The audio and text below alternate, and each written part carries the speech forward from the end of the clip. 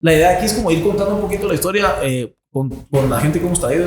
La historia desde chiquito, cómo has empezado, qué te inspiró para meterte al mundo de negocios. Vos estás con Win. Con Win. ¿Verdad? Y has creado una comunidad de empresarios y emprendedores muy interesante en Guatemala.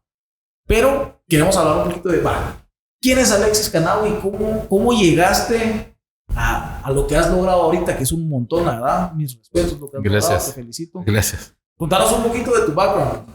Bueno, no sé por dónde empezar, si la historia es larga o la historia es corta, pero no sé cuánto dura el podcast. No, lo que dure. Ok, puede buenísimo. Durar 40 minutos, puede durar 40 horas. Sí, no tengo. Ok, buenísimo. Pues,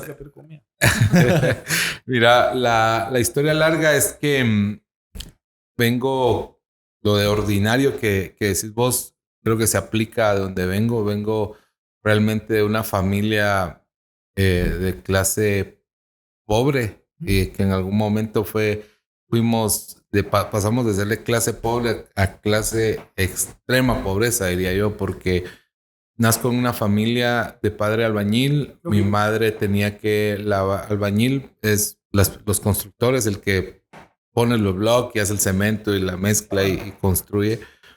Y mi madre es ama de casa. Ella en su fe edad, que la guardo, ya ellos dos murieron, pero guardo la fe. Cuando mi mamá murió, vi la partida de nacimiento de ella, el registro, y ella se ponía como profesión oficios domésticos. O sea, ella iba a las casas a hacer limpieza y de eso trabajaba. Entonces, cuando yo tengo 12 años, pasa algo trágico en mi familia. Por eso les digo que pasé de clase pobre a pobreza extrema, porque cuando tengo 12 años, muere mi papá.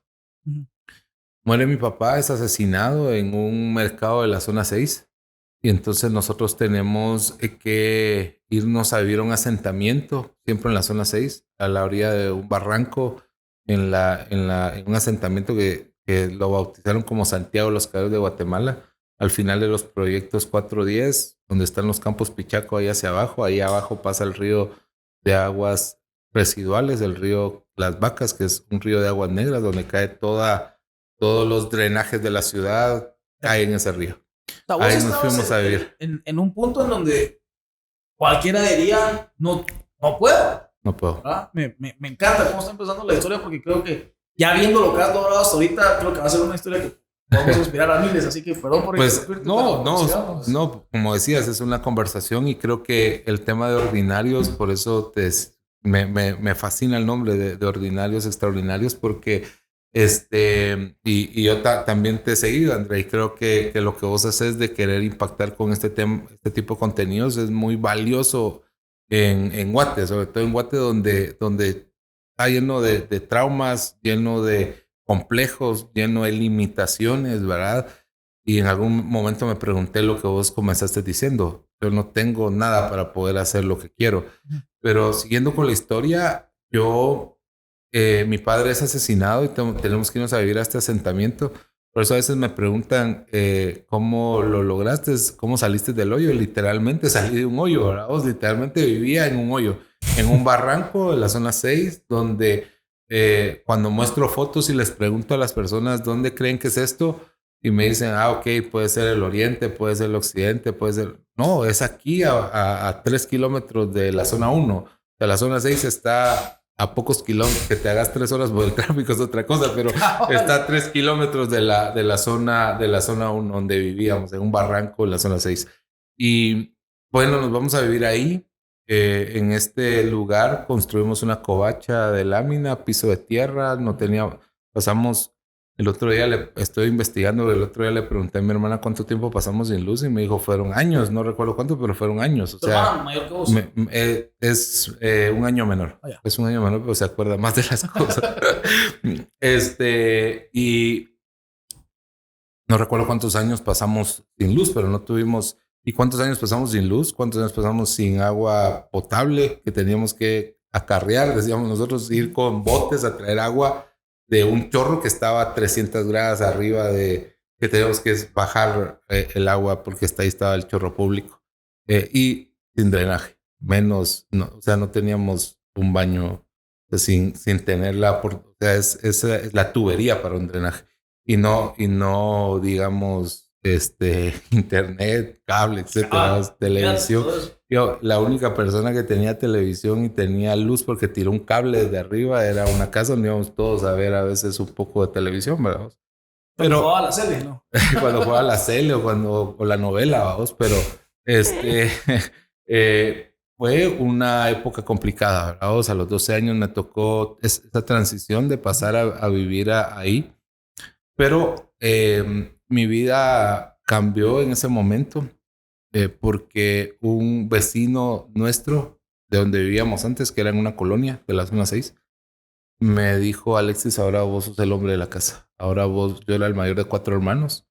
Entonces me dijo: sos el hombre de la casa y tenés que ayudar a tu mamá a salir adelante. Entonces, yo te voy a ayudar. Entonces, la forma en que él me ayudó fue llevándome a donde él trabajaba. Él trabajaba en el diario El Gráfico. Era un diario que en ese momento estaba en el top estaba ahí con el otro diario oficial. ¿Aquí qué edad tenés, perdón? 12 años. Ahí tengo 12 años y entonces él me lleva. Y precisamente no me pueden dar. Él quería que me dieran un trabajo de ayudarlo a él, pero no me lo dan porque soy menor de edad. Entonces el único trabajo que me pueden dar es vender periódicos. De ahí es donde doy ese salto a vender periódicos en las calles de la Avenida Reforma, porque ellos tenían una modalidad donde dejaban una persiana de periódicos, la ponían en una esquina en el semáforo y ponían a alguien ahí y así me llevaban, ponían la persiana de periódicos del Gráfico y me ponían ahí, yo tenía que gritar para vender el diario. Pero este señor no solo hace eso, sino me dice: mira, lee todas las notas y grita las notas que ves, las que más se te queden, te llaman la atención. 1 y 2, lee a este señor todos los días porque él es tu jefe, que era Jorge Carpenicol, que era en ese momento era el director, el dueño y director editorial del diario Gráfico. Entonces yo, 1, tomé el hábito de lectura y 2, este señor me inspiró. Por eso yo admiro mucho este tipo de cosas y es parte de mi negocio y parte de mi propósito hacer este tipo de cosas, contar historias, entrevistar, hacer una comunidad, generar un impacto, hacer eventos y todo lo que hoy hago, porque creo que realmente puedes generar un impacto. Ese señor hablaba acerca de sacar a Guatemala, que Guatemala podía salir de la pobreza, que Guatemala era un país pobre por todo lo que podía pasar, pero hablaba mucho de motivación, de alcanzar los sueños, de superarse. ¿Ese es el dueño del periódico? Ese era el dueño del periódico. En su columna todos los días en el diario, en la editorial. Entonces, ahí es donde me inspiro un día y digo: yo no voy a hacer esto toda mi vida. Yo voy a buscar trascender. Entonces, lo que vos decís de lo más ordinario a pensar en ser un extraordinario, pero también te entra la duda. En ese momento, si le hubiera contado a cualquier persona a mi alrededor, me ha dicho: Alex, estás loco. Probablemente te hubieran desanimado, que es lo que mucha gente hace. Y probablemente pasó, no me recuerdo si pasó o no, pero mi mamá aprendió a leer de adulta. Mi papá, 6º primaria. Nadie en mi familia se había graduado. Vivía en un barranco. Apenas ganábamos para poder sobrevivir. A veces teníamos un quetzal de tortillas y unos tomates para almorzar. O sea, era una situación complicada como para decir: yo no voy a ser periodista toda mi vida, voy a ser como ese señor. O sea, voy a convertirme en alguien como el dueño de un medio, alguien influyente, alguien que quiera generar un impacto en su entorno, en su generación, como lo hizo él. O sea, realmente mi sueño fue ese. O sea, yo creo que a veces las cosas no pasan porque no nos atrevemos a creer en nuestros sueños. Entonces yo me atreví a creer en un sueño en ese momento. Y ese sueño era no vender periódicos toda mi vida, sino convertirme en lo que estaba viendo. ¿Cómo hiciste ese salto? ¿Qué hiciste? Porque vos estudiaste después periodismo, si no estoy mal. Contame un poquito de eso. ¿Cómo decidiste, me voy a tirar ahora a ser periodista y a crear contenido? Y luego, ¿cómo saltaste de eso allá lo que has creado? Bueno, la siguiente parte de la historia es que no es tan bonita, ¿verdad? O sea, es una parte de la historia que probablemente en público no la cuento tanto, que es la parte en la que vivir en un asentamiento se convierte en un infierno, ¿verdad? O literalmente, cuando vos vivís en un asentamiento, te das cuenta que no hay ley, no hay norma, no hay policía, o sea, ahí la ley es lo que dice la gente, ahí el más fuerte, y lo que dicen los líderes, en este caso, si sos jóvenes, las pandillas, si eres adulto también el crimen organizado, o sea, te tenés que alinear a lo que pasa ahí. Y si te resistís y no querés, de alguna forma, no puedes solo decir, bueno, vas a ser aislado, te van a hacer bullying. No, te pueden hasta matar. Porque no puedes resistirte. Entonces, me vi involucrado en muchas cosas en estos grupos. Me perdí también en drogas, en cosas que se daban en ese momento. Afortunadamente, yo siempre tuve una madre que me inculcó el temor a Dios y me inculcó los valores y me inculcó el querer perseguir mis sueños. Entonces, recuerdo que un día un amigo mío, yo tuve una riña con alguien, me golpeó muy fuerte y este amigo me fue a rescatar y me llevó a mi casa y me dijo, Alex, esto es lo que quieres para tu vida. Él empezaba a ir a una iglesia y empezaba a querer cambiar su vida. Me dijo, esto es lo que quieres para tu vida. Y dentro de mí salió y dije, no quiero. O sea, ya perdido, ya adolescente, ya siguiendo ese camino que muchos jóvenes siguen, ¿verdad? De perderse en drogas, en pandillas. Entonces yo dije, no quiero esto. Entonces en ese momento, esto fue como esto fue lo que me confrontó y esta persona me confrontó en ese momento y dije, no es esto lo que quiero para mí. Entonces procuré salir de ahí, empecé a salir poco a poco, tuve la oportunidad de salir de ese lugar, que muy pocas personas lo logran. La verdad es que la mayoría de mis amigos están muertos. El último amigo muy cercano, vecino mío con quien crecí, fui a ese mismo lugar, en ese barranco, a su velorio, porque lo mataron en un bus, en una balacera en un bus. O sea, así murió la mayoría de estos jóvenes con los que yo crecí, que eran mis amigos, con los que comenzamos de 12 años, cazando ratas en el barranco y barranqueando con ellos, siendo amigos, y fuimos creciendo, y que murieron, no pudieron salir de ahí. O sea, yo tuve una oportunidad que muy pocas personas tienen en esas condiciones, porque son condiciones que te digo, abajo de la pobreza y abajo, incluso a veces abajo de la extrema pobreza. O sea, que una persona de la familia que tienen 6 hijos, 7 hijos, 8 hijos, una persona con un sueldo mínimo está manteniendo a la familia. O sea, entonces no sabes cómo puede pasar eso, ¿verdad? Las penas que pasan, los problemas que pasan, etcétera. Va a ser durísimo. Es muy, muy duro. Entonces, mi mamá ganaba 20 quetzales al día lavando y planchando y haciendo oficios domésticos, y yo me ganaba 10, 15 quetzales vendiendo periódicos. O sea, eso no era... O sea, con eso, mamá, yo recuerdo que tenía un bote donde pasamos mucho tiempo ajustando para comprar un contador de agua. O sea, nosotros fuimos de los últimos que tuvimos agua porque mamá no tenía el suficiente dinero para comprar ese contador de agua, que costaba, recuerdo, 300 quetzales, algo así. Y como, digamos, yo viví una situación similar a la tuya, bastante similar. Yo le contaba a André que esas experiencias, y aquel me decía así como, bueno, mucha gente se queda como que impactada y mucha gente no me creía, vamos. Por ejemplo, yo sé que hay días malos, ¿vamos? O sea, días así extremadamente fatales, y sé que lo que se siente cuando regresas a tu casa y no hay luz, ¿ah? Sé lo que se siente cuando regresas a tu casa y no hay absolutamente nada. ¿Cómo fuiste digamos, tu inteligencia emocional? ¿Cómo lograste decir, bueno, aceptaste tu vida tal como era, o algo más te inspiró más allá de, yo sé que el periódico, yo sé que ese señor que te ayudó, pero había algo más? Porque a veces a mí me pasaba lo mismo, que había personas que me decían, que me inspiraban y todo eso, pero por ejemplo, una de las cosas que me sacaron como de ese mundo, porque yo sabía que era volver a mi casa, en este caso con mi mamá, y no tener nada, que había personas allá afuera que creían en mí. Por ejemplo, eso fue como mi ¿cómo se dice? Motor, o mi enganche para salir de ahí. Porque habían personas allá, porque habían personas allá afuera, qué sé yo, como Michael, por ejemplo, que creyó en mí y me dijo, venite, hagamos esto y lo otro, porque yo creo en vos, a pesar de lo que tenés, porque mucha gente no te cree. A mí me pasó eso. Y yo empecé a vivir en un círculo porque, te voy a contar un poquito, tuve una beca, ese círculo social en esa universidad era completamente distinto.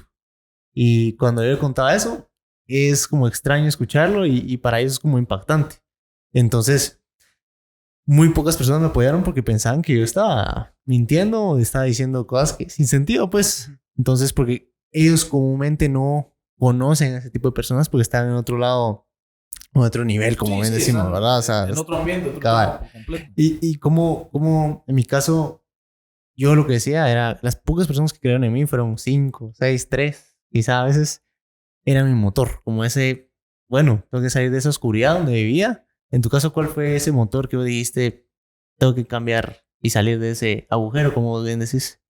Ok, pues yo al principio me resistía precisamente a contar esta historia y a profundizar ciertas cosas. Todavía no las cuento de este mundo en el que vivimos, mi familia y yo.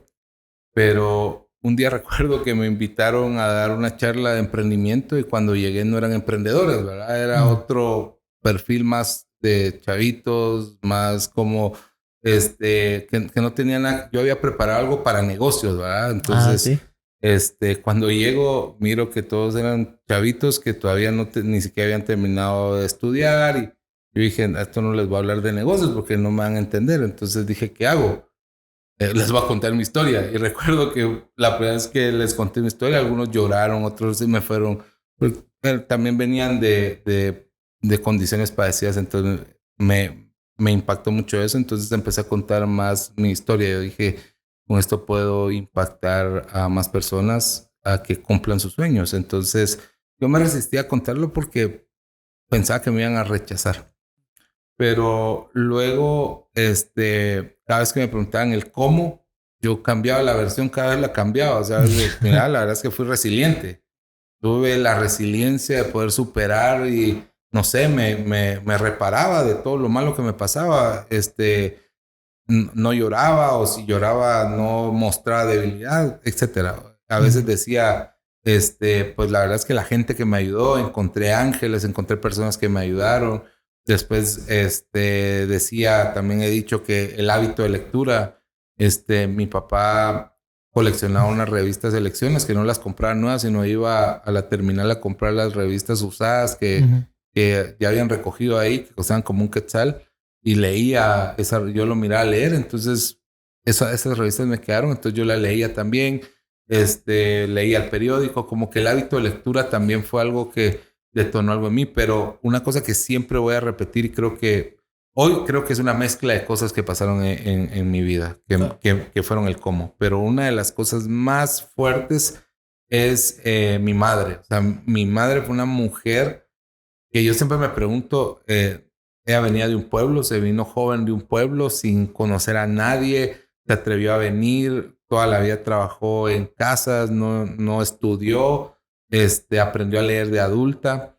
Pero ella me contó en algún momento, y no lamento no haberle preguntado tanto acerca de ese momento, pero hubo un tiempo que ella se fue a ir a Costa Rica con un ex ministro que se fue, ¿cómo se dice? Cuando se van a otro país, exiliado a Costa Rica. Entonces vivió ahí con él. Entonces yo digo, probablemente en ese tiempo que ella vivió ahí con ellos y con él, le aprendió cosas, porque mi mamá tenía una sagacidad y daba consejos tan certeros, y después leí un estudio que el 70% de tus oportunidades van a depender de dos cosas, en el lugar donde naciste y en la educación de tu madre. Seguro. Entonces yo dije, mi madre no tuvo educación, no era una letrada, no aprendió nunca, pero de plano le absorbió a personas con las que trabajó y fue buena en absorber eso.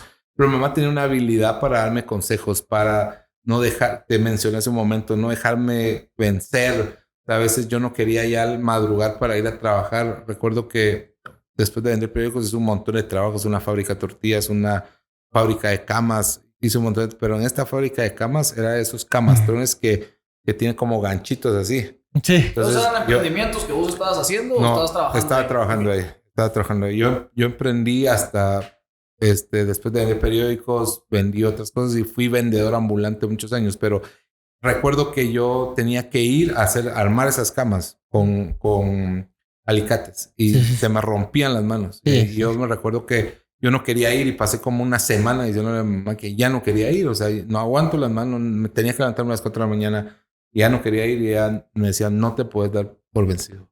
No te puedes rendir.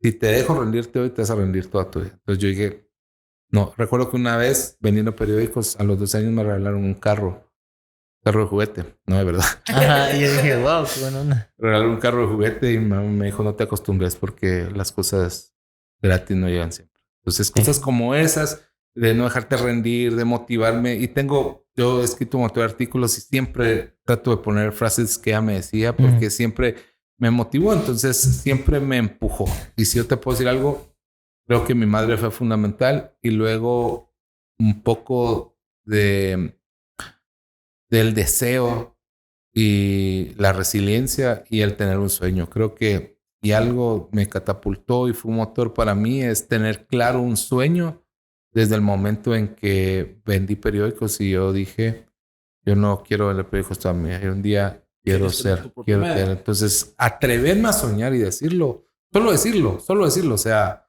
solo decirlo. Ya te va cambiando la mente. Sí. Sí, es que muchas veces no queremos decir las cosas porque no queremos sonar tontos o ilusos o que nos digan que no se va a poder, pero tenés que empezar creyéndolo. Porque si vos no lo crees, no lo vas a intentar. ¿Por qué vas a intentar hacer algo que no crees que puedes hacer? Sí, o sea, ¿para qué? No sirve. Sentido, pero si vos empezás creyendo y luego lo empezás a decir, lo empezás a manifestar, lo empezás a, quiera que no, poner en este plano. Una de las cosas que a mí me gusta hacer mucho y que le digo siempre a la gente en la empresa es apuntar tus metas todas las mañanas. Porque te hace recordarte por qué lo estoy haciendo, hacia dónde voy, qué es lo que quiero lograr. Creo que tener eso presente es crucial para, primero intentarlo y luego poder lograrlo. Ahora, vamos. Pasaste todo esto, estuviste trabajando un tiempo como vendedor de ambulante y ¿en qué momento dijiste, bueno, tu primer emprendimiento fue en este mundo de comunicaciones, con revistas o cuál fue el primer emprendimiento que tuviste? Bueno, como te comentaba, vendí periódicos, hubo un lapso que, bueno, después de periódicos estuve en estas fábricas trabajando algunos años, después me volví otra vez a las ventas. Me metí al mundo de vender cosas en colonias, desde un disco hasta una plancha, vamos a ir a tocar puertas a las colonias y vender. Fue una escuela para mí, ¿verdad? O sea, te tiran la puerta en la cara, no te abren, te gritan, te tiran agua, etcétera, ¿verdad? O sea, fue una escuela para mí ir a tocar. Conocí a unas personas que eran de Quiché y que se dedicaban a eso, a venir y ir a las colonias. Con ellos me iba a vender y era una buena forma de ganar dinero y logré crecer un poco ahí en ventas y después me gustó mucho la industria de la música, de los discos, entonces empecé a vender discos, empecé a traer discos de Estados Unidos, entonces mi primer negocio formal pudo haber sido en el 2004 en el que empecé a traer algunos discos de Estados Unidos, a vender discos acá, a poner una venta de discos. Incluso hicimos un sitio web en el que teníamos los discos y los podías pedir, pero no comprabas en línea, pero los íbamos a dejar. Entonces sí ese fue como fue como el primer emprendimiento que hice. Luego fracasé en ese, luego puse una tienda de ropa, también fracasé, que no tenía nada que ver con... Y así puse algunos negocios en un tiempo, pero todos fracasaron. O sea, no nos quiero aburrir con los fracasos. Probablemente...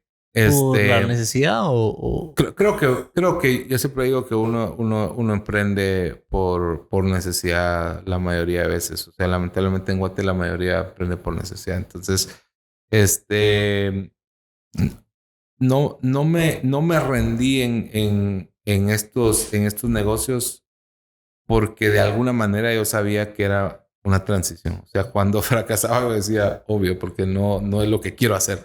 Porque yo sabía que tenía un fin, ¿verdad? O sea, todo este tiempo vos tenías igual en la mente, quiero meterme en medios de comunicación. Quiero meterme en medios de comunicación, sí. Cuando fracasé en estos negocios yo estaba estudiando comunicación. Ya. Okay. Entonces yo decía, ok, digamos, probemos con otra cosa, probemos.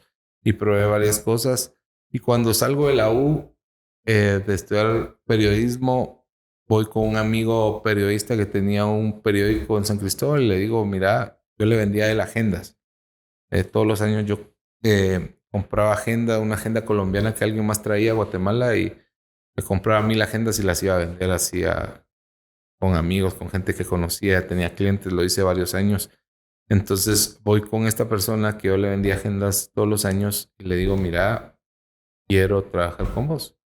Y él me dijo, ¿para qué vas a venir aquí a acomodarte a vos? Yo le había contado mi sueño. Entonces él me dijo, te voy a ayudar a que cumplas tu sueño.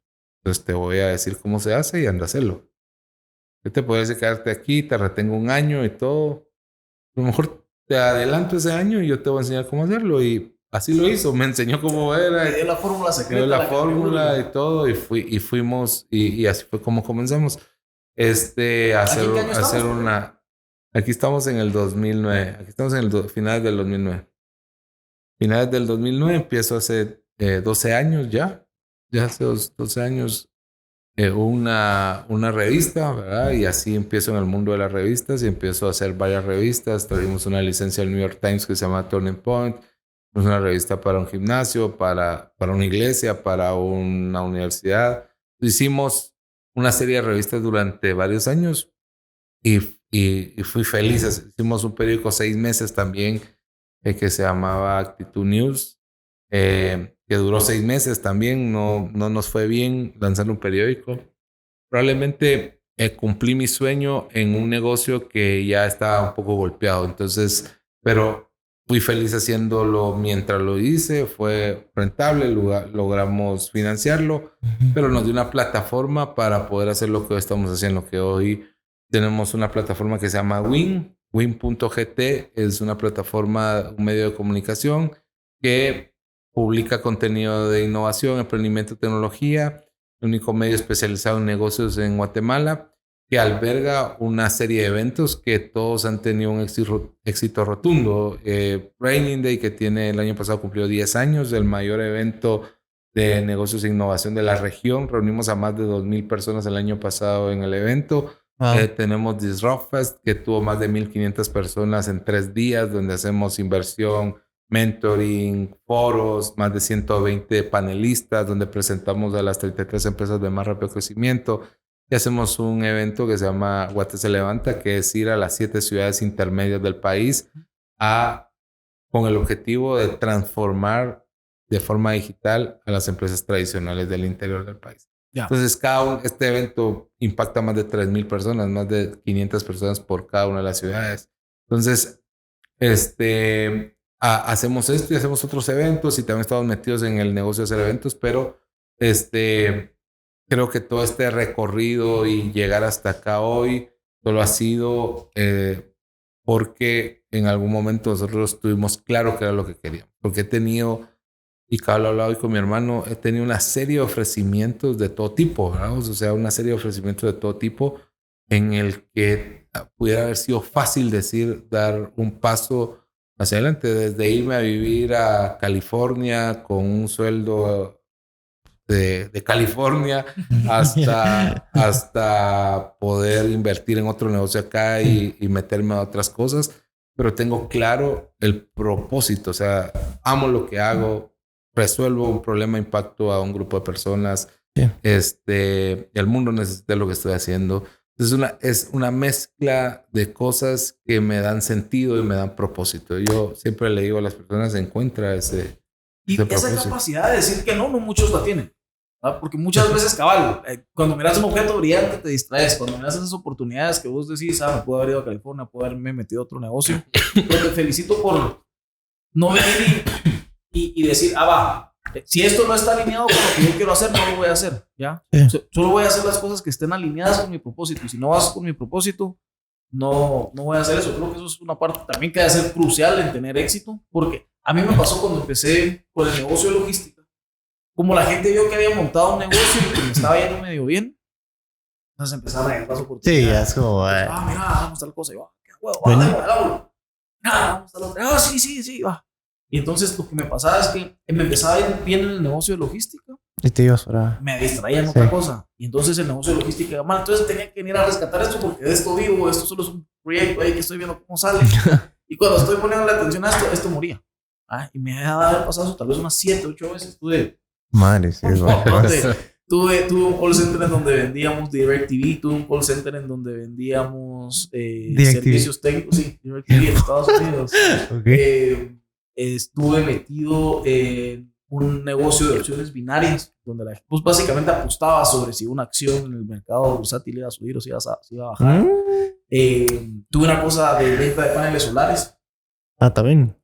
Venta de paneles solares en Estados Unidos. Sí, ves. Y eran un montón de cositas en las que me metía y como que no funcionaban. Y luego me di cuenta, eso era el error que estaba haciendo. Estaban viendo otras oportunidades, otros objetos brillantes y me estaban distrayendo. Y ahí fue donde dije, no, ¿sabes qué? Voy a dejar de hacer todo esto. Cerré las últimas 2 empresas que me quedaban, que dentro de eso era una de marketing. Y ya me quedé 100% en decir, ok, me voy a dedicar a logística. Voy a hacer esto bien hecho. Y de ahí para adelante es que realmente la empresa creció, nos empezó a ir bien. Y ahorita que ya la empresa está muy sistematizada, hay líderes, hay gente, procesos, todo muy bien hecho y la empresa puede funcionar sin que yo esté ahí. Ya me da la oportunidad de meterme en otros proyectos nuevos, como nos metimos a Hyper Reality. Con Josué también vemos una empresa de marketing tal. Los podcasts que hemos estado haciendo, porque todas estas cosas que digo, sí, al tiempo. Pero cabal, es enfocarte en lo que estás haciendo. Y me gusta mucho lo que vos haces, porque cuando yo empecé la empresa, el propósito de empezar la empresa era hacer una diferencia en la vida de la gente. Yo quería hacer una empresa en donde vos pudieras venir a trabajar y pudieras crecer intelectualmente. De hecho, nosotros tenemos capacitaciones todos los días, tenemos tarea. En mi empresa es una de las pocas empresas donde te deja tarea. Tenés que ver ciertos videos, la mañana siguiente discutimos qué aprendiste en los videos, cómo implementar eso dentro de la empresa y nos hemos enfocado mucho en el crecimiento y también en donde la gente pudiera hacer más dinero de lo normal, más dinero de lo que puedes ir a hacer en un trabajo normal. Y entonces, así es como empezamos, esa fue como mi manera de empezar a impactar al mundo y luego que he hecho lo que vos decís, estar creando contenido en redes sociales para ir inspirando a la gente. Hace un ratito estábamos hablando con Osuna, hay gente que a veces me escribe, mira, que quiero hacer tal cosa, quiero hacer tal otra, pero me escribió, te voy a enseñar, que me escribió porque él quería abrir su ferretería. Entonces me pidió un par de consejos, ahí estuvimos hablando. Empezamos a hablar en enero del 2021, empezamos a hablar. Y el 8 de diciembre del año pasado, casi 2 años, me manda que finalmente haya logrado abrir tu ferretería. Y estas son las pequeñas cosas que dices, puchica, qué satisfacción saber que el contenido que estás creando y que él me haya pedido un par de consejos y que yo lo haya terminado de animar y que luego eso resultó en que ahora él tiene un negocio. Y cabal, estábamos hablando de eso porque ayer yo estaba hablando con este cuate y estábamos hablando de cómo subir las ventas y eso. Y cabal, eso es lo que estamos, creo que los dos buscando hacer. Osuna también está en esto con nosotros. ¿Cómo impactamos a la gente para que la gente se inspire, para que la gente se mueva, para que la gente vaya a intentar hacer estas cosas? A ver, y por ejemplo, yo a veces, yo pensaba así, ¿verdad? Y hay un punto donde por necesidad, vos, ahí sí que no me queda otro que por necesidad uno, pues yo antes soñaba mucho, pues no es que esté tan grande, tengo 22 años, pues, pero, o sea, por antes lo digo más que todo, porque yo siempre le digo que vos que yo pasé mucho tiempo de mi vida donde soñaba con inspirar a los demás y publicar cosas. Y uno de mis mentores me dijo, vos, ¿pero por qué haces eso? O sea, realmente porque yo le decía, me gustaba inspirar a los demás, pero, o sea, subir videos o ir a entrevistas, di muchas entrevistas o tuve la oportunidad de que me llamaban, ¿verdad? Por haber un proyecto que estaba creando de impacto social. Ya luego te contaré. Y me gustaba ese como exposure y sentirme como bien y todo. Pero aquí viene la pregunta para ustedes dos, pues, que es como, si al final, él me decía, si al final no has hecho nada o no has logrado lo que vos querés lograr en tu vida, ¿por qué tenés o por qué querés hablar cuando no tenés derecho de hablar? Eso es lo que él me decía.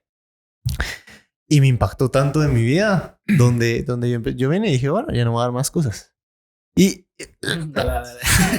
entonces, porque aquel yo peleaba mucho en eso, pues porque aquel es el que más me ha jalado a hacer ese tipo de cosas.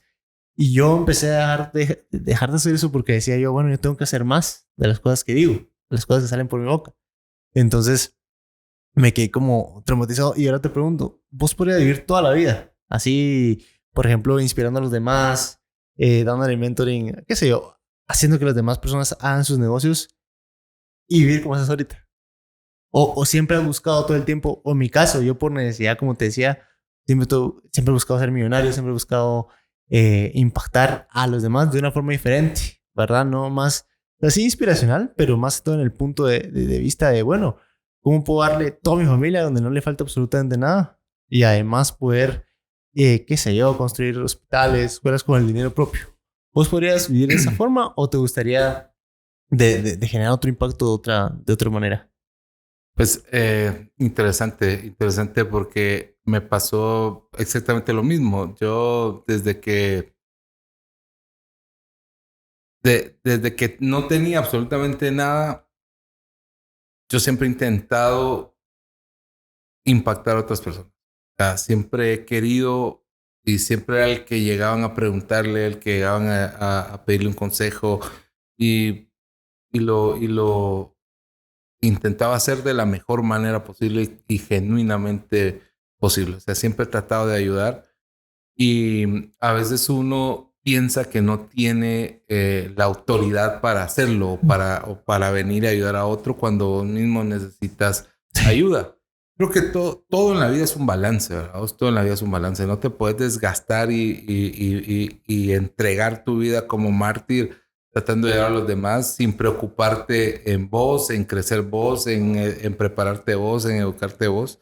Pero creo que ese balance debe ser un balance bien medido. O sea, no, por ejemplo, yo no he perseguido el dinero. O sea, no he ido tras el dinero. Si me preguntas, compré un carro en el 2013 y tengo ese carro. Yo pudiera comprar otro carro, pero he querido tener ese carro porque no necesito claro, eso otro es carro. Una de las ventajas. Entonces, y también porque he podido ver a mucha gente que lo primero que hace cuando tiene dinero es irse a comprar un carro. Te vendo un carro si quieres. ahorita, pero no, hay mucha gente que lo primero que hace es irse a gastar todo el dinero en un carro. Entonces yo hasta me ha servido para aconsejarle a otros amigos en ese aspecto. Pero te digo que cuando vas detrás del dinero, cuando tu enfoque es el dinero, regularmente no vas a alcanzar el dinero. Entonces tienes que hacer un balance entre, ok, sí quiero ser rico, quiero generar un impacto, pero ¿cuál es tu propósito ahí? Tu propósito es ganar dinero, vas mal. Pero si tu propósito es encontrar para qué sos bueno, estás resolviendo un problema y este problema la gente realmente lo valora y realmente le sirve. Como una propuesta de valor. Como esa propuesta de valor. Sí, claro. Si encontraste eso, el dinero va a venir. Tarde o temprano te va a ir bien en cualquier negocio. Siempre digo que hay dos tipos de negocios. Los negocios que crecen de forma exponencial, que hoy hay muchos. La tecnología crece de manera exponencial. Hay negocios que crecen de manera lineal. Entonces lo que hay que tener es paciencia. Sí, paciencia. Y la mayoría son así.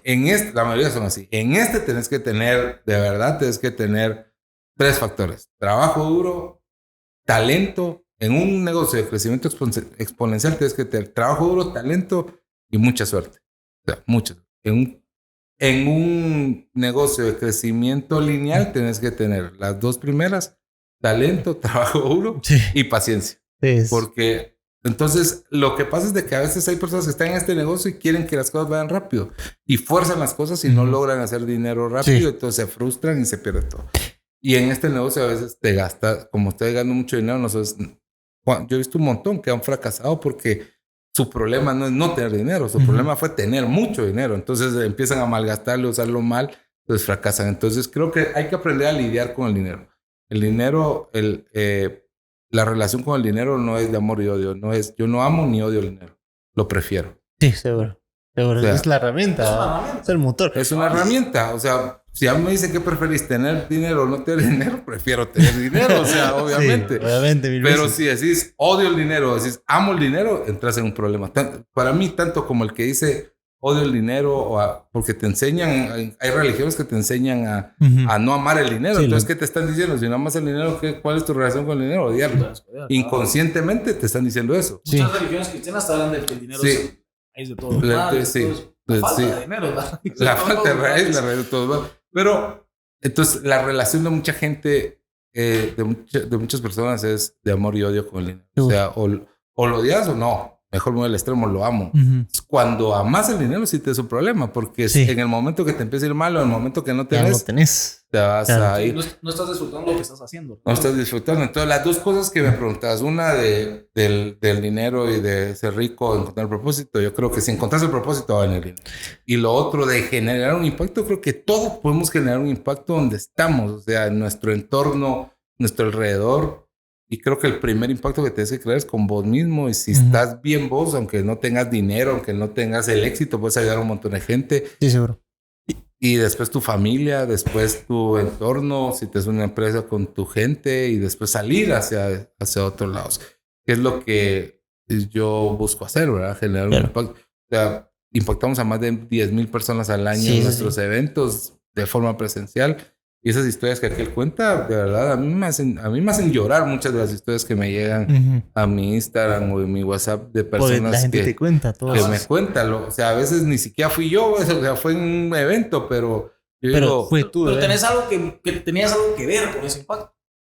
Sí, recuerdo que... Y he tratado de transmitir eso. Mi hermano trabaja conmigo y recuerdo que hace muchos años, cuando todavía la empresa estaba pasando por momentos de crecimiento y a veces no había... Recuerdo que un mes no nos pudimos pagar un sueldo. Sobre todo yo estaba acostumbrado a no pagarme a veces, pero a él, vamos. Entonces entra un mensaje de alguien diciendo literalmente así. O sea, ustedes me salvaron la vida. Entonces era un mensaje que no me recuerdo exactamente qué decía, pero el título era ustedes me salvaron la vida. Y estaba agradeciendo que había leído un artículo que le había generado tal impacto que le había cambiado y había transformado su vida. De un artículo. Entonces él me llama y me dice, mira Alexis, cayó tu sueldo. Según yo había caído un depósito. Dijiste vos. Bueno, ¿quién me depositó? Te emocionó por gusto, ¿no? Me emocionó. Pero fue algo bueno. Pero después me va a enseñar el correo electrónico, ¿verdad? O sea, entonces, lo que te quiero decir es que también es importante que la gente que esté a tu alrededor crea en lo que estás haciendo. Porque si tenés a alguien que no cree en lo que estás haciendo, regularmente se va a oponer a que genere un impacto y siempre es bueno tener a alguien también financiero que sea el que esté ahí, pero la mayoría de la gente tiene que crear, tiene que tener esa visión, ¿verdad? Tiene que compartir tu visión. Ponete, yo empecé a crear contenido para inspirarme a mí mismo. La empresa la empecé para ayudar a otras personas a hacer dinero. Y yo creo muy firmemente en que si vos ayudas a suficiente gente a tener éxito y a hacer dinero, esa gente, algunos no, algunos van a ser mal agradecidos, pero algunas de esas personas sí te van a ayudar, sí te van a apoyar y te van a llevar para arriba con eso. Si vos ayudas a los demás a subir, automáticamente te jalan. Por eso fue que empecé la empresa. Pero yo empecé a publicar contenido para mí. Porque... sí, tu canal de YouTube. Yo quebré todo eso. No es ese contenido que me estoy refiriendo. Estoy hablando del contenido motivacional. Es que cuando tenía como 17 años, 18 años, intenté hacer un canal de noticias con un peluche. Ah, ok. Sí. Ese es mi pasado oscuro. Pero perdí los accesos del canal de YouTube, entonces todavía está ahí. Bueno. Ah, divertido. No lo busques. Okay. No lo busques. No, pero cuando empecé a publicar contenido motivacional, me recuerdo que las dos cosas, y mis hermanos me chingaban con esto todos los días. Los dos hashtags que yo siempre ponía era never stop, never quit. Nunca pares, nunca te rindas. Sí. Porque mi empresa había quebrado. Entonces yo estaba tratando de motivarme a mí mismo y empecé a publicar contenidos como para motivarme a mí mismo. Decir, dale, seguir avanzando, seguir metiendo. Y al mismo tiempo era como, le estoy diciendo a la gente, estoy trabajando en esto, estoy haciendo esto, quiero lograr tal cosa. Y cuando lo están diciendo de afuera, es como, ay, ya todo el mundo que va a hacer esto. ¿Cómo lo hago? Y también, pero ahí fue donde me empecé a dar cuenta que si yo me puedo motivar a mí mismo creando este contenido, puedo empezar a hacer lo mismo por otras personas. Y ahí fue donde ya cambié un poquito más el enfoque y ya no fue solo como publicar cosas motivacionales, sino ya empecé a crear contenido un poquito más inteligente.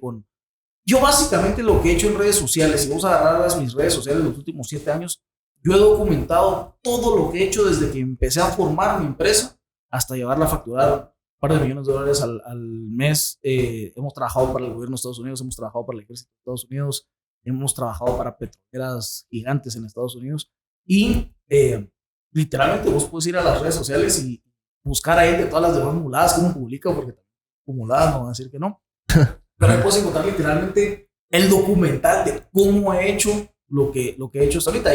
Y es lo que yo digo, me gusta publicar ese contenido, algunas personas se inspiran, pero también lo que he visto es que las tonterías pegan mucho más. Pues yo acabo de hacer un video. Sí. No el algoritmo. No sé si viste que publicó una historia de eso, pero es un video donde escriben la Shakira y van tapando las letras, escriben la Shia. Mamá, eso de Shakira y Piqué, que eso es lo que ha estado sonando en todos lados las últimas 2-3 semanas de mi vida. Vos, ese video lleva 1.3, 1.4 millones de vistas.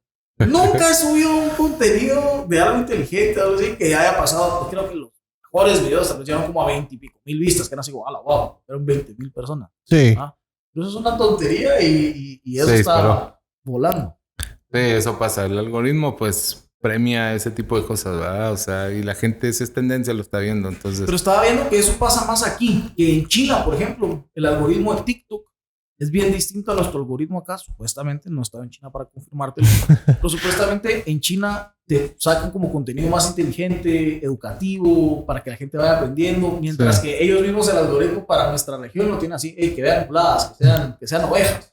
Sí, porque sí, creo que esa es la teoría. Yo tampoco lo he comprobado, pero lo que vos decís lo he escuchado mucho. Pero puedes educar al algoritmo, pero aún así te lanza, o sea, porque vos decís, o sea, quiero, si te gusta la política y miras videos de política, te manda política, pero de repente te manda un video gracioso de política, porque sabe que te gusta eso, pero el entretenimiento te lo trata de meter a la fuerza, aunque vos le des me gusta solo a contenidos serios o de educativos, te mete para que veas entretenimiento. ¿Y vos seguís ahorita en el TEC? ¿Todavía? ¿Ahí en el TEC 4 grados? No. Sí, estamos en el TEC. Sí, todavía. Sí. Ah, bueno. Es que yo hablaba con Andrea la esposa. No, con Philip, ¿te recuerdas? Hablábamos y esa misma pregunta te la hago a vos porque me parece muy curioso porque yo antes estaba ahí. Bueno, entonces yo antes estaba ahí y pues estaba empezando y para mí era muy difícil encontrar ese respaldo porque no tenía un equipo, realmente estaba completamente solo. Y ¿por qué crees que hay un factor como común? Vos me decías, no hay que buscar, no. Sí, vos decías también que no había que amar al dinero o tampoco odiarlo. Y Philip tenía como un pensamiento similar. Philip Wilson, sí, lo conozco. Él decía que la mayoría de startups no deben, o de empresas que están empezando, no deben buscar ese dinero al principio, como que inyección de capital, que era lo que hablábamos al principio, ¿te recuerdas? Él hablaba de crecer orgánicamente. Crecer orgánicamente, como todas las empresas como Silicon Valley, que empezaron así en sus garages, la típica historia de Apple, Microsoft y demás.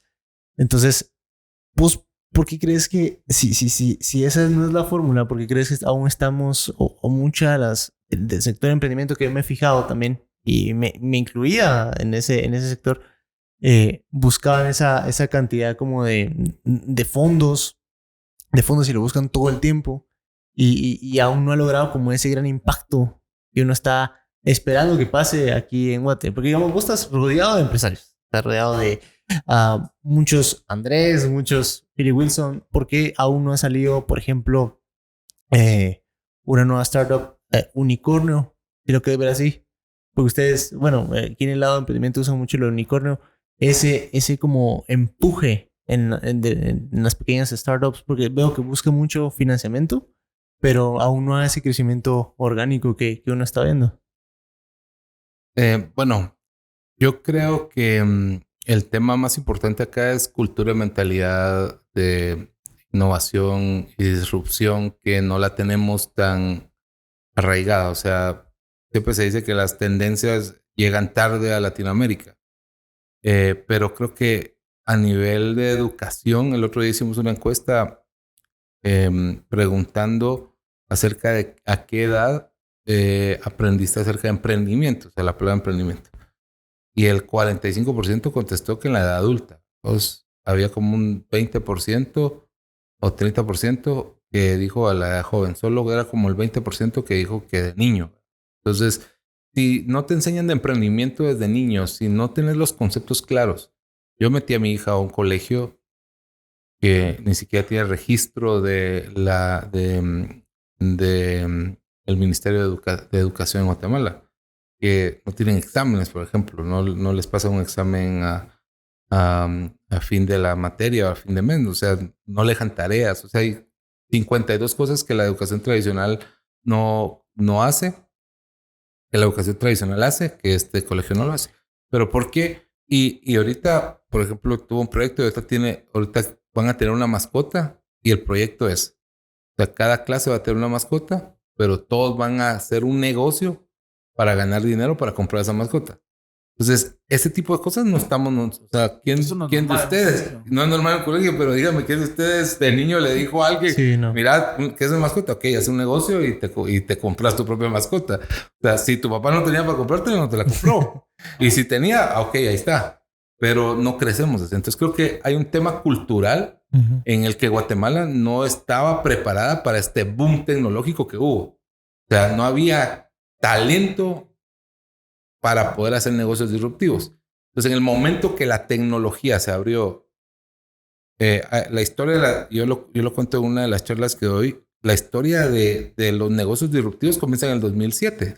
En el 2007 nace Amazon Web Service, en el 2007 nace YouTube para el mundo en su modelo de publicidad que cambió completamente el modelo de los negocios tecnológicos o de las plataformas tecnológicas. Nace Netflix, sale al mundo Facebook, sale Twitter, sale el código abierto de Android, o sea, Spotify nace en el 2007, o sea, hay un montón de cosas que pasan en el 2007. O sea, en el 2007 de hacer un negocio digital que te podía costar $500,000 a $1 millón, pasó a costar de $50,000 a $100,000 por un negocio digital o un negocio disruptivo como se le llama. Entonces, del 2007 para el 2013, Estados Unidos sacó, y China y otros países más adelantados sacaron un montón de negocios y se apoderaron de los negocios más evidentes. Los problemas más importantes del mundo no están resueltos. Está resuelto el tema de la uberización que le llaman, los streaming. Hay un montón de negocios disruptivos, pero hay un montón de problemas sin resolverse. Pero los más evidentes y los más masivos se resolvieron y los resolvió Estados Unidos, porque fue el primero en tener... ¿Quién inventó el término unicornio? Estados Unidos. O sea, en el 2011, cuando vio que habían... Del 2007 al 2011 vieron que habían negocios explotando y tenía una valorización. Dijeron, esto es raro, es una espécime extraña, ¿vamos? Entonces, ¿cómo le llamamos? Al unicornio. En el 2011, pero en el 2016 empieza a ver en Latinoamérica algunos negocios a surgir de este tipo, ¿vamos? Nace... que algunos eran copia, ¿vamos? De Uber Eats, Hugo en El Salvador, Hugo es del Salvador. Hugo del Salvador. Hombre. Sí. No, pero ¿No sabía? No. Pensaba que era aquí. Ya lo adoptamos porque va a salir en The Funderbook. Es el único extranjero. Pero empiezan a salir un montón de negocios en el 2016, imagínate, 2007 al 2016. En el 2016 es donde hay el boom en Latinoamérica de negocios disruptivos. Entonces vos me decís, ¿por qué en Guatemala no se da este crecimiento? Ok, entonces hasta ahí reaccionaron, vamos, pero vos vas a ver todos los negocios de este tipo. O sea, la mala viene de haber trabajado o estudiado en Estados Unidos. O trabajaron o sea, toda la mala tuvo una relación con Estados Unidos. Entonces ahí le cambiaron el chip y se vino aquí a Guatemala. Sí. O un socio, un amigo, o leyeron libros, o se expusieron a contenido, o algo pasó, o sea, algo sucedió en estas personas. Entonces, Guatemala tiene 3 unicornios. Helker.com, Glia y, bueno, Duolingo es un unicornio, pero no es... O sea, es guatemalteco el fundador, pero Glia sí un poco y Helker.com tiene nació... Tiene una oficina aquí con 300 programadores. ¿Y son esas dos, perdón?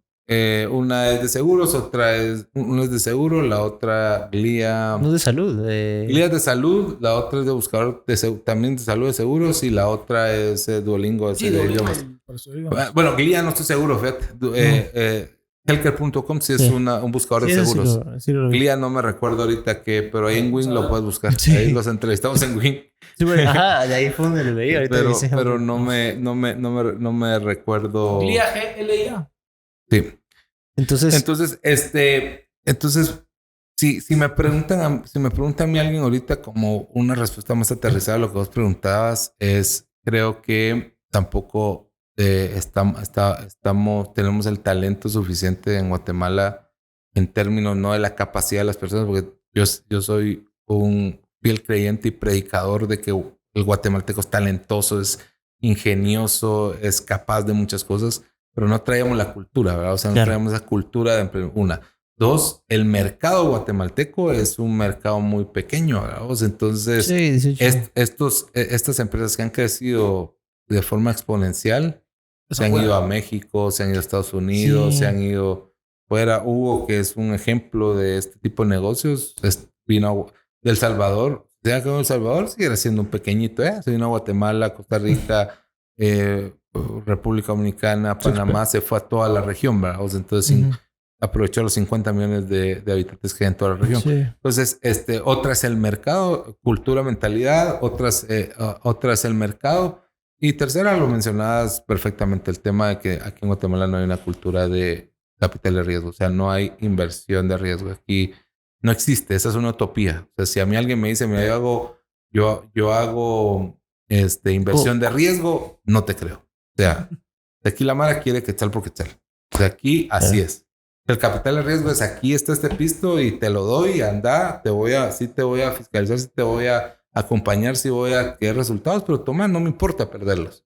O sea, no me importa. Ese es el capital de riesgo. Y eso es lo que sí hay una cultura en Estados Unidos de ángeles inversionistas que tienen mucho dinero y que agarran un 10% de su fortuna y se lo voy a repartir en 10. A ver qué sale bueno. Pero ese 10% son 100 millones, bajos. Sí, vale. Entonces aquí con 50 mil pesos te quieren venir a comprar el 51% de tu empresa. Sí. Eso no es venture capital. Eso no es capital. Eso no es capital. Sí, yo no estoy diciendo que eso esté mal. O sea, no estoy diciendo que eso esté mal. Pero sí estoy diciendo que no le llames Venture Capital, pues decir, soy un inversionista, está bien. Aquí en Guatemala sí hay inversionistas. Hay inversionistas que sí tienen plata y sí están invirtiendo en empresas, pero Venture Capital no hay. Y yo creo que lo que hace que crezcan estos negocios es Venture Capital. Un ejemplo es Chile.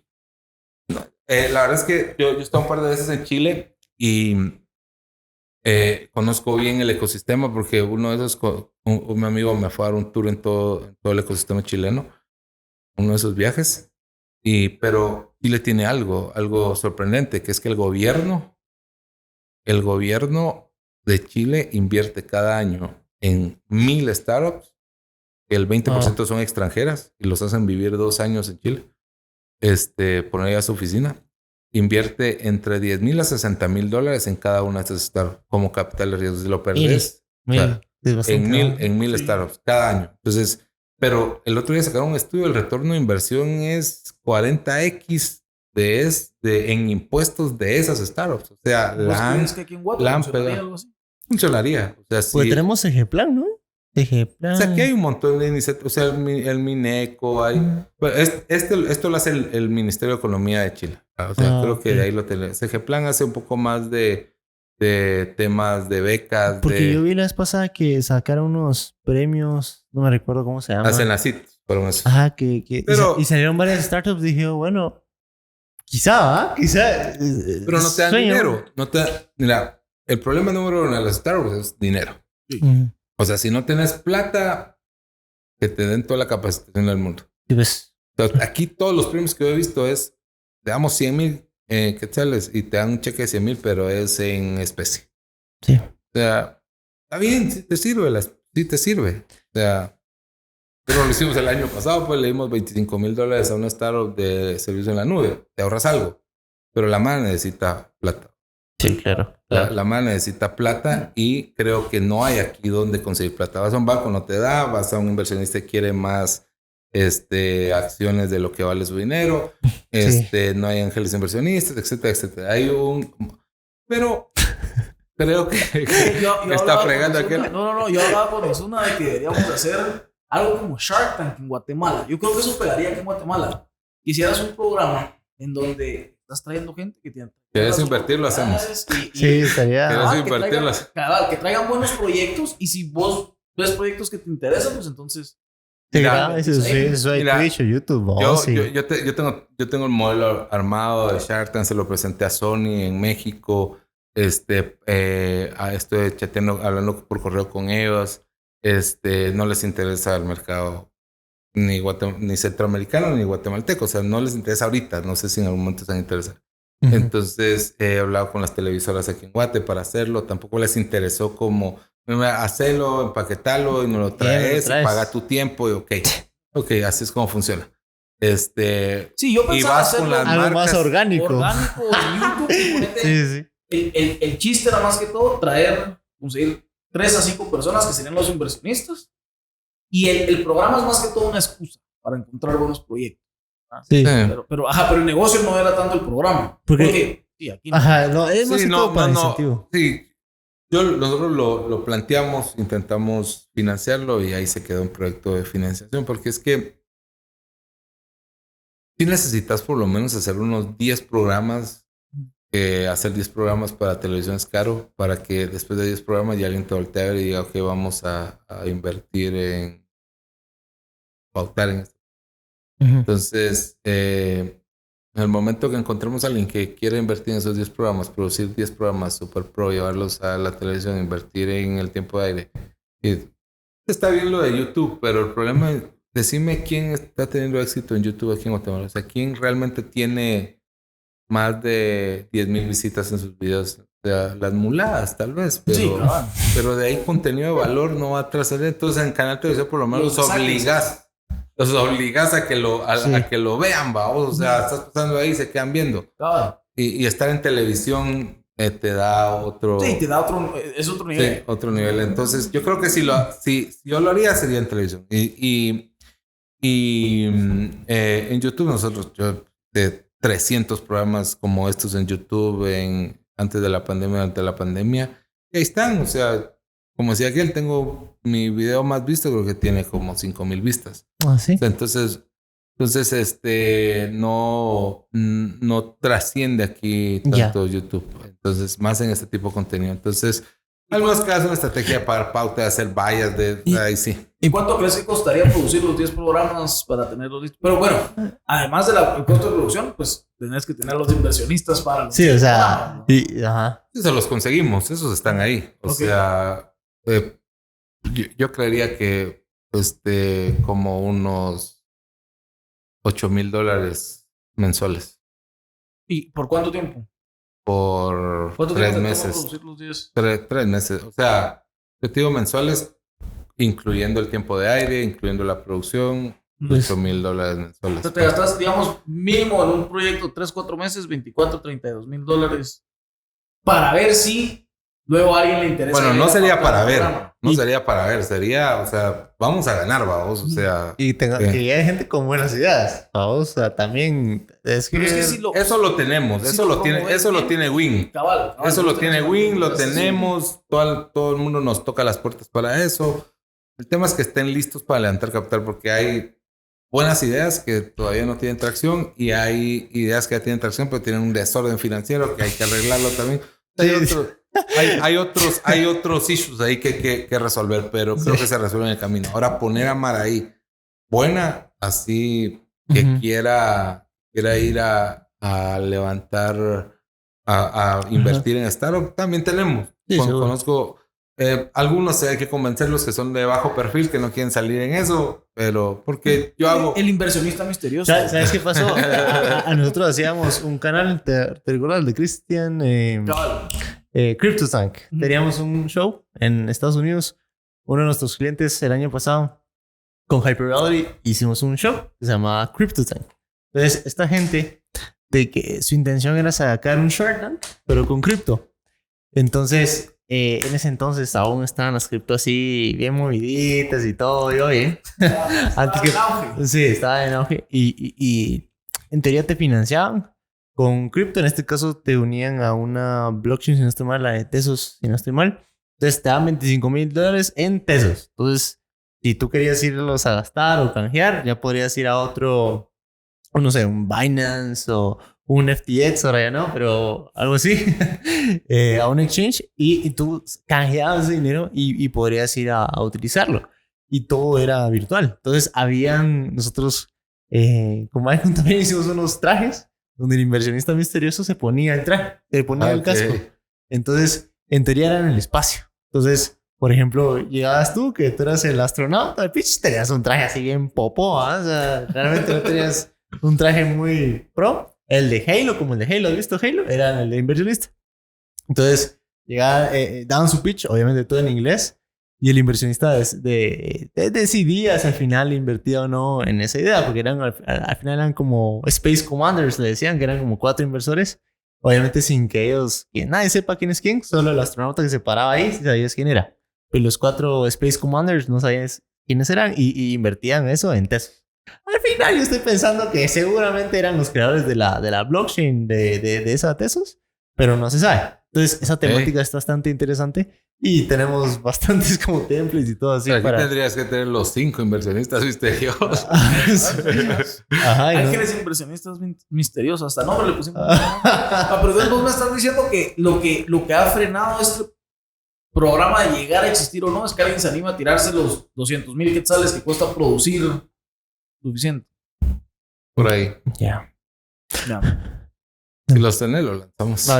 Suena interesante. Sí, suena. Creo que sí es algo que me gustaría pelotear un poquito más. Ok, dale. En el momento que ya yo tengo todo, ya tengo todo armado. Sí. Yo tenía hace un par de semanas con la gente, con una televisora de la más fuerte de Guate. Y es que yo lo que veo aquí en Guate es que estás en un lugar en donde es bondadoso invertir en el sentido de que no te sale muy caro empezar una empresa. Comparar empezar un negocio aquí con ir a empezar un negocio en California, das una 10ª parte de la inversión para hacerlo en Guatemala. Entonces... Pero necesitas 10 veces el tiempo. Sí, sí, cabal. Pero si vos vas encontrando esos pequeños negocios en donde hay una buena oportunidad, hay algo disruptivo, hay algo que realmente te llama la atención como inversionista y tienes que arriesgar 100, 200,000, 300,000 quetzales. Creo que hay bastantes personas en Guatemala que tienen la posibilidad de ir y arriesgar eso. No estás metiendo $100,000. No te preocupes. No. Tranquilo. Digamos, vos me decís, allá en Los Ángeles inversionistas a veces agarran el 10% de su fortuna, pero son 100 millones y eso es con lo que van a jugar. Pero aquí en Guate tal vez un inversionista con medio millón de quetzales, $1 millón de quetzales puede venir e involucrarse en unos cuantos proyectos. Sí, pero también volvemos al tema de cultura, ¿verdad? Porque aquí no existe, o sea, aquí no hay una cultura de querer arriesgar esa plata. O sea, aunque sea menos, no la quieren arriesgar. Sí. Entonces... Quetzal por quetzal, o sea, como decís vos. Sí, aquí es... O sea, si te doy 10, quiero 10 de vuelta, o sea, 11 de vuelta. Pero el tema, también creo yo, es que no hay educación acerca de cómo es que funciona esto. O sea, porque si vos invertís en una startup tecnológica, tenés que saber que es a largo plazo. O sea, no vas a tener un contenedor y lo vas a vender mañana y pasado mañana te vamos a dar tu vuelto, vamos. Que de hecho, te cuento, o sea, que en el evento de aquel fue, cuando... Sí, nosotros nos conocimos en Disrupt Fest. Y no me han pasado el fee, o ya. Sí, no, pero ya lo pasamos. Yo te voy a contar la historia. Creo que eso te puede llenar bastante. Yo tenía mi proyecto Los Guantes. Creo que lo conté como 2 veces esta historia, pero para no estar cansado. ¿Aquí en el podcast o qué? Sí. No lo he contado. Bien, ya. No, bueno. Ahora sí lo voy a contar bien. Yo tenía unos guantes que ayudan a personas con discapacidad a aprender matemáticas. Eso es lo que hacía. De hecho, le hablé a todo el mundo. Le conté a aquel que hace años te hablé también. Por cierto, no me contestaste, pero no voy a decir nada de eso. ¿Aquel a mí o aquel? No, a vos. Puche, perdón. No, me escriben mucha mara. No. Pero, le escribía mucha mara porque yo estaba con la intención de... No iba a decir nada de eso, pero ya lo sacó. Sí. No le iba a decir, pero nada. No soy recoroso. No, pero... Si te dicen no soy recoroso, porque está que tiene rencor. No, pero te cuento eso porque igual me rechazaron un montón de veces. Tuve que contar la historia un montón de tiempo y fue bien difícil. En eso, un día yo dije, bueno, yo no voy a buscar ya a nadie para que me dé plata, voy a hacer mi propia plata. Por eso ya es los 3D y varias cositas por ahí. Todos los enseñamos aquí, ¿no? Sí, por si no lo mirabas. Ok, buenísimo. Pero, no los había visto. Chilero. Empezamos de hecho, mi primer trabajo, gracias a JJ, que ya vino aquí, que es uno de los artistas que lo acaba de firmar Warner. Entonces, él me dio... Sí. Él me dio mi primer trabajo. O sea, realmente sí fue. Entonces dije, bueno, mi primer chance, Warner, no está mal. Y empecé a hacer trabajitos de gratis. Animacioncitas, ya súper sencillo. Pero poco a poco me iban ya conocieron a Eric Tran, que ha venido a nuestros eventos. También hablé con él la vez pasada en un pueblo campero.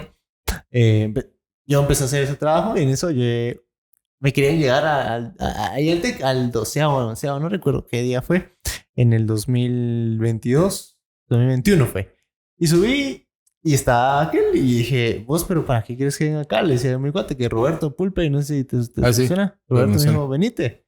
Y yo como, está bueno. Y fui porque tenía otras cosas que hacer, porque estaba preocupado porque aún no alcanzaba mi MVP y aún no alcanzaba, tenía que hacer el trabajo de Warner y eso me tenía muy asustado, la verdad. Entonces, conocí a aquel, me senté, tuve un minuto y la verdad sí lo traté así súper mala onda. Pues yo venía como con esa intención de, bueno, nadie quiere dar plata porque quizá o no es buena idea y yo tratar de validarla por mi cuenta, o definitivamente tengo que poner un negocio. Y ahí otro inventor me decía, vos, haz plata primero y te autoinvertís. O sea, haz plata, vende vos primero, no vayas a buscar, no hagas lo que otros están haciendo. Entonces vine yo y dije, bueno, voy a tratar de venderme a mí mismo y autofinanciarme, vos. Sí, eso funciona cuando sos buen vendedor, ¿verdad? Vos, si no sos sí, entonces yo fui con aquel y le presenté a mi cuate y rápido hablamos, intercambiamos ideas. ¿Cómo se llama la canción? Made Pega se llama. Bueno, Made Pega Warner. Entonces, me senté con aquel, lo hablamos rapidísimo y salió todo y guardé su Instagram, que guardó el mío, me siguió, lo seguí y ahí quedó. Y se quedó hablando mi cuate y yo me fui con otra mara, estaba hablando con otras personas ahí. Luego a los meses yo le escribo a venderle mis servicios. La verdad, por eso le escribí. Y por eso nos asociamos. Cuando yo me escribí, me dijo, vos, mira, ¿será que puedo llegar a tu oficina? Y yo realmente no quería que llegara porque sentía que no era lugar para atender a nadie, porque era en el Tech Lab, no sé si conoces. Entonces, tenía una computadora que me habían prestado, o sea, no tenía material, no tenía recursos, no tenía nada. Y aquel me preguntó si podía llegar. Y dije, bueno, dale, va. Pero luego la siguiente pregunta fue, ¿estás buscando inversionista o, ¿cómo me dijiste? Ventas, ¿va? Sí, o vender algo. Cada vez que sí, inversionista, el 90%, 99% me mandaban a la fregada. Entonces dije yo, bueno, esta vez voy a intentar la única opción que no he optado, venderte algo, que claramente estaba haciendo eso. Quería vender los 3D. Quizá le servía algo para este tío o algo para que me había dicho. Entonces nos reunimos. Le hizo clic un montón de cosas que pues la historia más o menos similar a la tuya. Como te digo, me siento identificado porque yo también vengo de un lugar, Santa Faz, no sé si lo conoces. Sí. Vengo de por allá. Entonces ahí es diferente, igual. Y yo le conté toda esa mi situación y le quedó impactado y no me creía. O sea, me creía, no sé si me creía o no, pero al final lo terminé de convencer de todo. Y él me dijo, mira, hagamos esto. Entonces aquel fue un inversionista, no inversionista de que te pone la plata y se va, sino de que da la plata y está con vos. ¿Saben? Es diferente, muy raro. O sea, yo me topaba gente, como decís vos, quetzal por quetzal, o te doy la plata, me voy y espero de vuelta el 10X o 20X, y eso es bastante difícil. Entonces, una de las cosas que siempre hemos estado haciendo y mantenido, inclusive ahorita estamos haciendo algo interesante, que es, estamos haciendo una red social, vamos, estamos tratando de hacer una red social bien loca. Pero si todo ha sido de experiencia combinada, vamos, en mi caso de seguir como autofinanciándome a través de las ventas que hacemos con Hyper Reality. Es decir, hacemos shows, hacemos 3D, animaciones, sitios web como con videojuegos, un montón de cosas, e-commerce con 3D, o sea, bien interesante. Y nos autofinanciamos porque al final esa búsqueda del venture capital que vos decís, esa búsqueda del inversionista ángel aquí en Guatemala es ultramente complicado y estamos tratando, de verdad estoy un poco asustado porque al final no sabemos, y estamos hablando de eso, que no sabemos cómo es que la gente va a reaccionar con este nuevo proyecto que traemos en mente. Porque créeme que nos hemos estado reinventando la idea y piloteando ideas por todas las cosas que han pasado. Recuérdate que no estamos buscando plata del otro lado, no es que no estemos abiertos, sino que ahorita estamos funcionando de esa forma. Nos ha venido a buscar gente y cuando les hemos contado el proyecto, yo quiero invertir con ustedes. Entonces nosotros les decimos, si quieres invertir con nosotros está bien, pero solo a no ser honesto. No vas a hacer dinero rápido y estás metiendo tu dinero o vamos a, ¿cómo lo digo bonito? Romperla, a romperla. Vamos a meterla cuadrada. Ah, sí. O el proyecto va a morir, pero no queremos hacer algo a medias. Y es donde mucha gente se hueva y dice, entonces, no, Disculpame, ¿no? Sí, sí. Sí, pues se asusta. tengo los huevitos para meter un proyecto así, que eso todo, nada.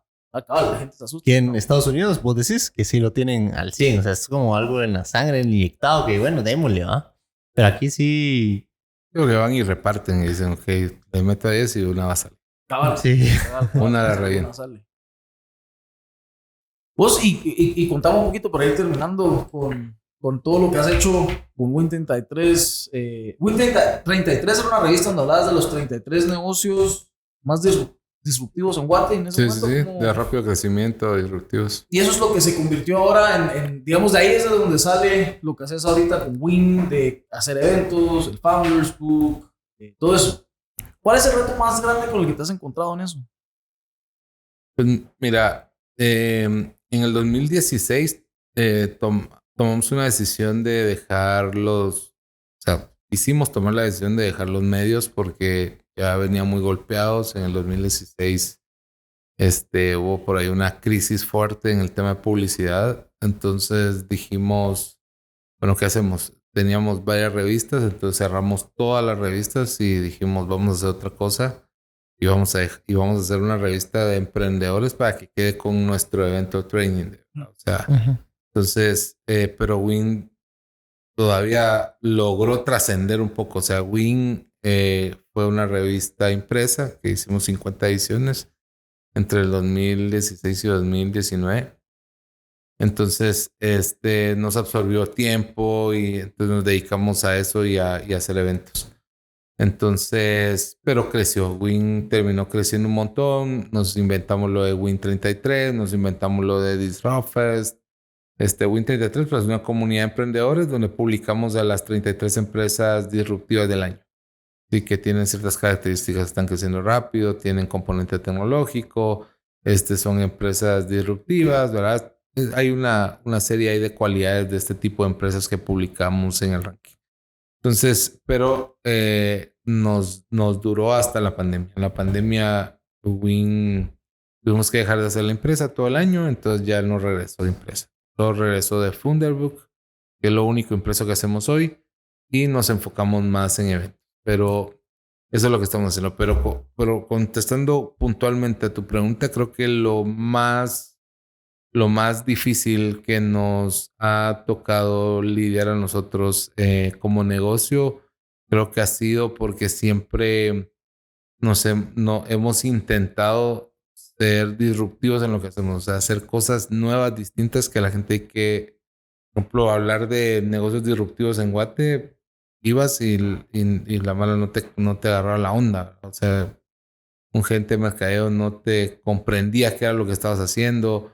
Emprendedores para muchos era, y hay un problema de semántica ahí en la palabra emprendedor, porque para muchos emprendedores es aquel que no tiene trabajo y está vendiendo algo para subsistir, vamos. Entonces le decías a alguien... Es más una cosa de aspiración ser un emprendedor. Entonces le decías a alguien emprendedor, pensaban que era alguien que no iba a tener plata para comprarles, pero el 70% de los emprendedores que salen en Win o que llegan a nuestros eventos tienen el poder adquisitivo más alto, ¿verdad? O sea, incluso hasta más alto que el promedio porque son despilfarradores, ¿verdad? No tienen un control de su dinero. O sea, yo monto de manera, pues, cambio el carro todos los años, viviendo en un apartamento, comprando de viaje, comprando cursos, invirtiendo su dinero en un montón de cosas porque les está yendo tan bien que tienen el dinero para hacerlo. Que pueden hacer eso. Entonces, tenías que ir a explicar eso, ¿verdad? Entonces, creo que hemos ido contracultura. Así diría yo, que hemos ido contracultura, tratando de educar. Nosotros pusimos de moda la palabra tracción en un año de Training Day. Nosotros pusimos de moda la palabra disrupción. Que todavía vamos a presentar disrupción y todavía algunos me dicen y definirme qué es disrupción, porque todavía tenemos, entonces, por ejemplo, el 2019 ha sido el evento más grande de Training Day y el evento se llama Exponencial, ¿verdad? O sea, entonces, Exponencial, trajimos a un speaker de Inglaterra, trajimos a un chileno, trajimos a un mexicano, trajimos a uno de Israel, que todos habían tenido negocios de crecimiento exponencial. Todos se dedicaban hoy a invertir como ángeles inversionistas en otras startups. El de Inglaterra había sido asesor del primer ministro de Inglaterra. El chileno había vendido una empresa de $350 millones. O sea, todos eran así cracks en venir a decir. Entonces documentamos ahorita 10 años, documentamos una historia y he escuchado de ese evento, escuché un montón de historias de gente que dice, mira, después de ese evento mi negocio creció. Porque esta mara vino a dar realmente herramientas para hacer crecer tu negocio. Y solo con la mentalidad, o solo con que logres hacer que alguien piense en que puede vender más, crecer más rápido que 1X o que un 8% anual. Si vos te pones la meta de crecer un 50% anual, solo con que te lo creas ya vas un paso adelante. Entonces, hemos ido, entonces, respondiendo a tu pregunta, ¿qué ha sido lo más difícil? Ir contra cultura en un país en el que de esto no se hablaba. Hoy hay eventos, hay mucha gente haciendo cosas, ya está pasando más cosas alrededor nuestro, ya se está formando un ecosistema, ya hay más gente empujando. Hoy todas las universidades tienen una persona encargada de emprendimiento. Cuando yo iba a una universidad les decía emprendedor, pero los emprendedores no son nuestro target, todavía están ahí hablando de emprendimiento. Entonces creo que eso ha sido una de las cosas que también nos causa satisfacción. Yo he visto, cabal, que algunas de las empresas que vemos con el tema de marketing, estamos metidos con un par de empresas que son bastante disruptivas y lo más duro que tienen es que, cabal, van contra cultura. Y eso es de lo más difícil. ¿Cómo te voy mercadeando para que te vayas agarrando confianza en probar tecnologías nuevas, en probar procesos nuevos? Dentro de eso estamos trabajando con... No es una fintech, pero sí es una aplicación para servicios financieros. Se llama Credítame, que trabaja con Banrural. Y ahí nos hemos topado un montón con, cabal, el tema cultural de que, sobre todo el mercado de Banrural y para esta aplicación es gente que no tiene cuenta bancaria, que no tiene... Sí tiene cuenta bancaria, pero no tiene cuenta en línea, no usan banca en línea, usan casi todo en efectivo, no usan tarjetas de débito o crédito. Entonces, empezar a meterle a esta gente la mentalidad de, ok, ahora empezar a trabajar esto de una manera digital, dando dinero de un celular a un celular. Entonces, esas son las cosas. Ahora, ya me recordé que iba a enseñar el video que hicimos. Este video lo animamos por completo aquí en Hyperreality. Es una cantante de Costa Rica. Tengo que quitar el volumen para... Pues no sé qué pasa si el volumen... Te van a bloquear el video si sale. Toda la animación es hecha acá. Nos pasaron el video de ella en una pantalla verde. Eso es todo. Sí, ves. ¿Ah? Y todo. O sea, fue el primer home decimos, va. Eso es para Warner Music. O sea, ya habíamos sacado un trabajo a Warner Music, creo que ya nos pone un poquito ahí en la jugada. Qué buenísimo.